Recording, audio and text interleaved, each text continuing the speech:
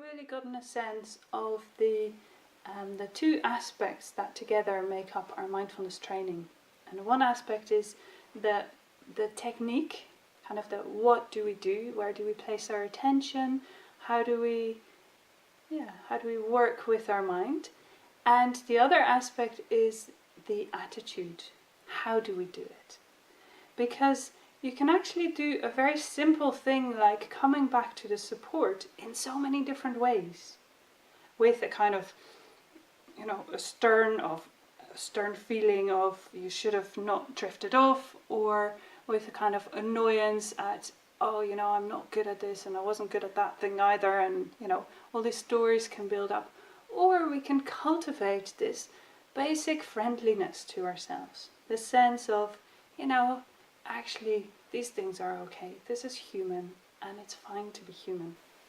In our culture, the compassion for ourselves is usually not so emphasized on, and can even feel a bit self-indulgent or a bit awkward in the beginning. So to quite gradually be introduced to different ways different approaches into how can we tap into that force of care for ourselves when in difficulty. Really take to the imagery practices, and to through that kind of almost like a mind way of into the heart feelings.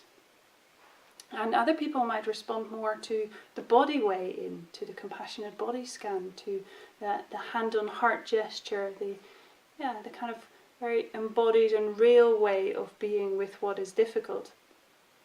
So we have this whole range of offerings and different practices. Mindfulness for many, many years, and I have to kind of admit to doing it with a subtle attitude of self-improvement, of somewhere in the back of my mind, and sometimes not even just at the back of my mind, but a sense of I need to do this practice in order to be good, in order to be the best version of me, in order to improve myself, in order to get better and be more loving to people, but with quite a harshness and quite through gritted teeth